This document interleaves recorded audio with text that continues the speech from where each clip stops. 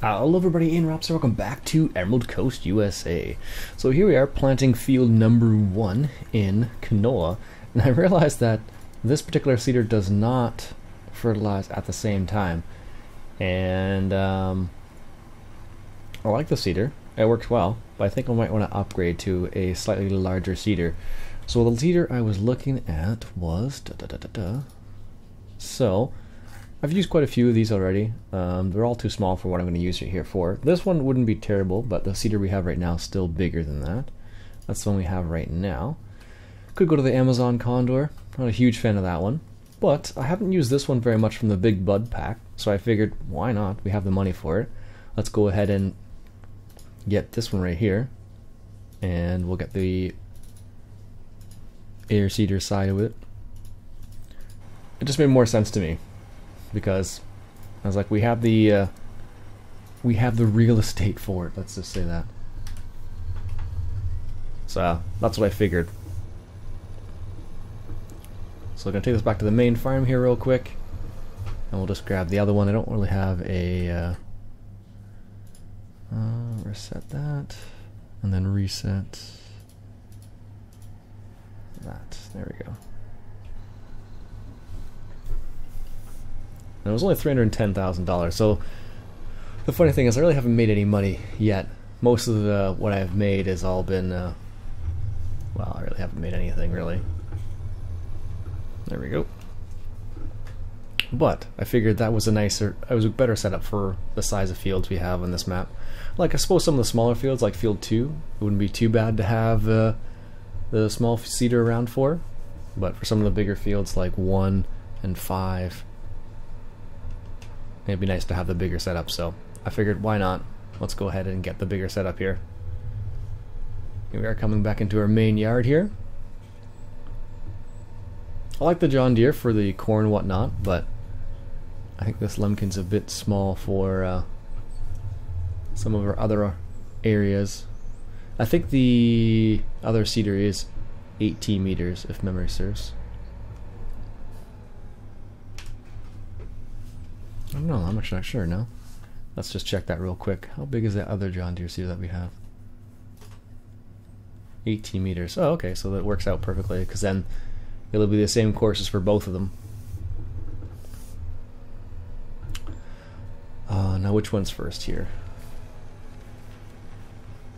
Okay, is this cart first? Goes to show you how much I've used this one versus the Seed Hawk. Obviously I've used the Seed Hawk way more.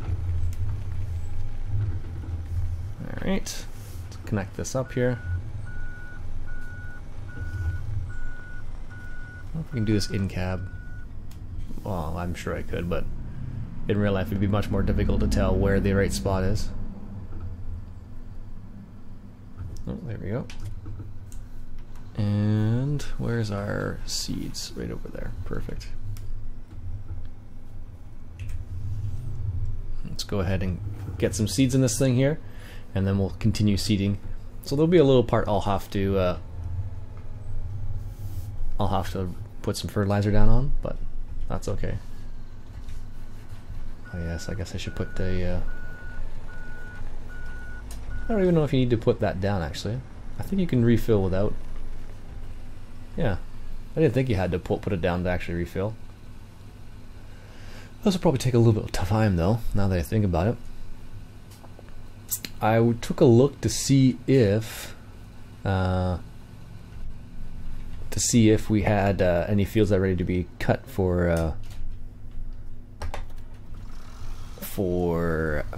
puff of black smoke there. That's pretty hacker for that older style tractor. I'm just gonna get this off the field here, because it's kind of like in the middle of the field. There we go. Let's grab that there, and that there. I don't know what the deal is with it here. Look, maybe it's just a lighter end. It's just too light on the front end. I suspect is part of the problem. But like on the non-bumpy parts, it seemed fine. What if you can actually put a front weight on here? I can't remember if that's part of the options for this one. I don't think so. So Gotta make sure we counterbalance that next time. So that's always good to do when you have a big pile of fertilizer on the back. So putting that front ballast on makes a big difference there. Same thing with putting ballast in tires actually. So you can actually put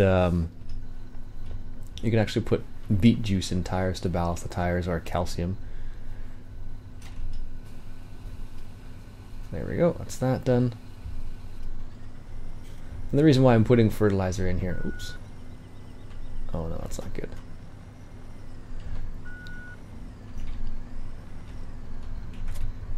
And the reason why I'm putting the fertilizer in here, oh, I can just grab seeds with this, I suppose. If I can back it up. There we go. And the reason why I'm grabbing seeds, so one of those odd little spots where you have to kind of fill it up.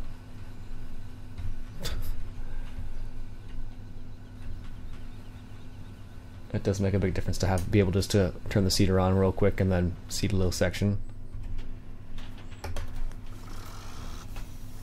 Okay. Let's go move that seeder out of the way there. We should be able to just move it out just ever so slightly. I hope, at least with a small tractor.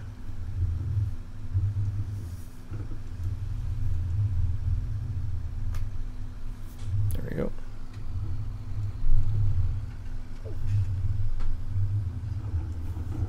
Well, we're gonna find out, but I believe you can just hook it up straight up to the hitch on these things.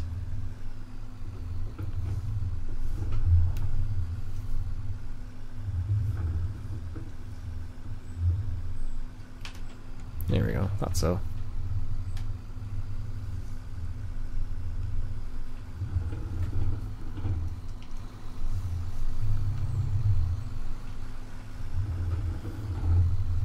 Well, we've definitely got it stuck there. Well, that's interesting. Sometimes the dual tires aren't collidable, but in this case they are. There we go. Go figure, I'm able to move this around. But I can't move that fertilizer on the field. Sometimes these things are strange. Alright, let's go ahead and hook this guy up here and continue seeding. Putting our canola down here.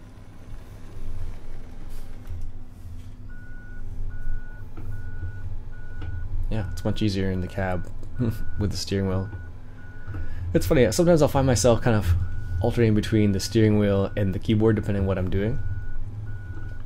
If I'm doing really sharp movements, I tend to use the keyboard often.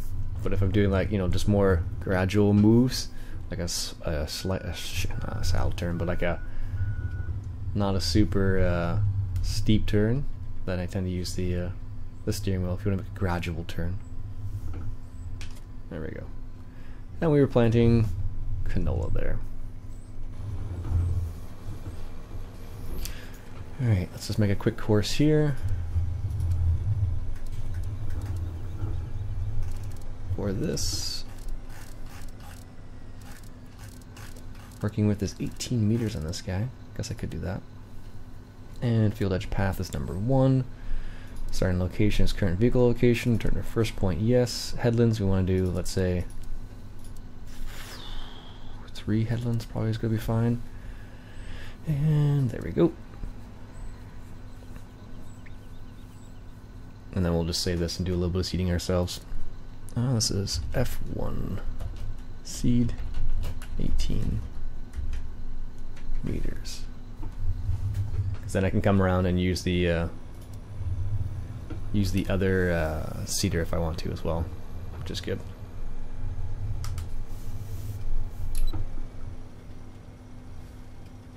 Alright. It's a pretty big seeder. Not quite as big as the Seed Hawk, but I think the Seed Hawk is, what is that one? 24 meters, 25 meters, something like that? Yeah, I rarely use this one though.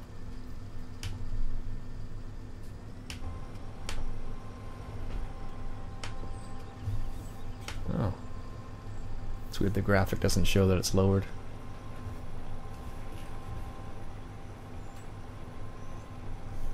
Strange. Oh, there we go. And this is a direct seater as well. If my memory serves correctly, it is, yep. So, going to see directly into that. Nice looking combination.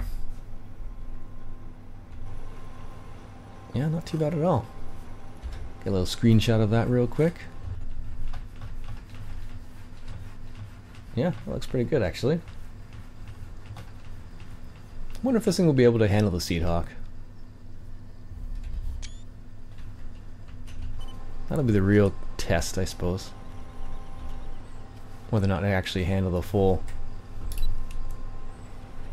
deal, basically. I don't know. I'll be curious.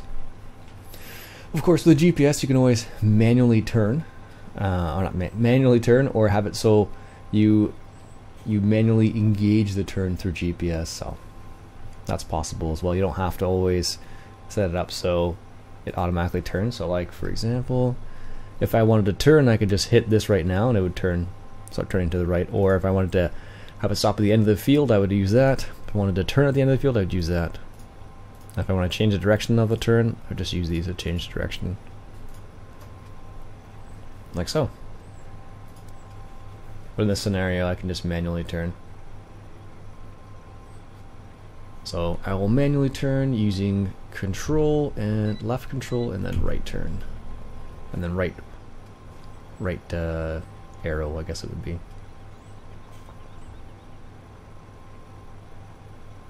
There we go. Not too bad. Took a while to line up there a little bit, but that's not so bad.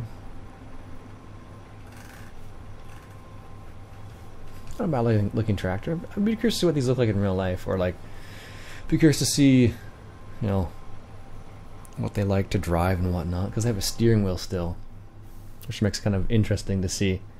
So I don't know. Maybe it would be perfectly normal. Maybe it would be not normal at all. I don't know. But only time will tell, I suppose. I don't know. We don't really get this size of tractor in at work. We have one really big articulated tractor, but it was like it's not a super high horsepower track. Well, it's like 250 horsepower, but it's like an older 250 horsepower. So like an older, I think it's an 8000 series, 88 something maybe. I don't know. It's always interesting to see some of the tractors we get in at work. We have a Deutz-Fahrer at work too right now, which is kind of neat. There's a trade-in there. I'm not sure what it's like to drive. I don't know. I don't really drive those tractors, just because my what I sell isn't necessarily those things at all. So there you go. Manually engage the GPS turn again here. And you can make it set up so it turns at a certain distance from the field. So if I do set like this, let's say 1 meter.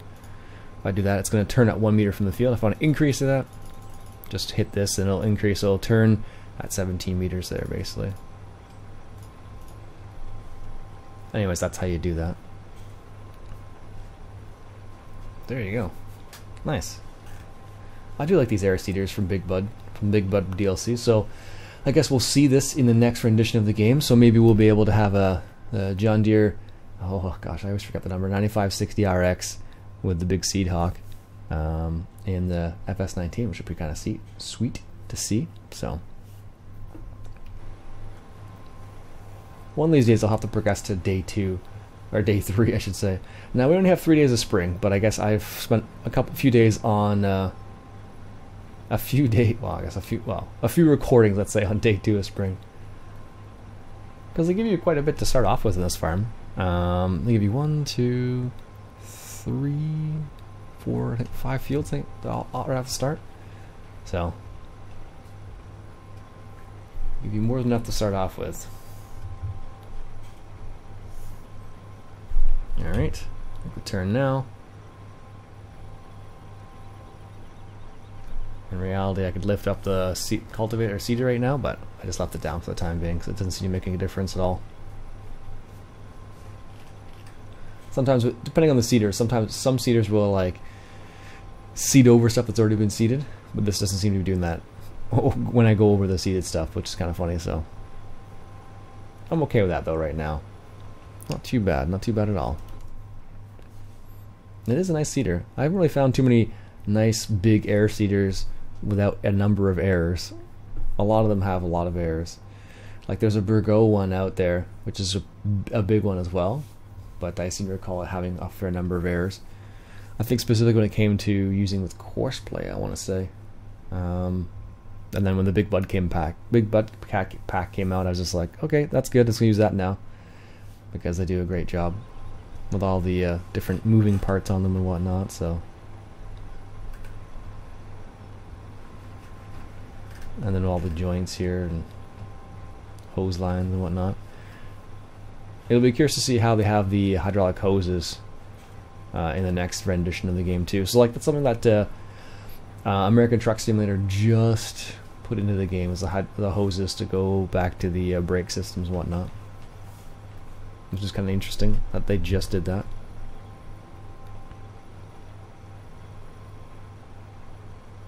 There we go. So definitely making short work of the field now. I still have to go do one round of fertilizing on the edges now, but at least a good chunk of it's done. I could probably do like maybe one headland and be done majority of the seeding, or the fertilizing I should say. Because right now this is bring us up to 2-stage fertilization basically, so which is pretty sweet. Anyways folks, that'll be it for me for today. I need to get off to work. My name is Iain Robson. I hope you enjoyed. If you did, why don't you go ahead and hit that subscribe button for some more Emerald Coast USA. I'll catch you guys later.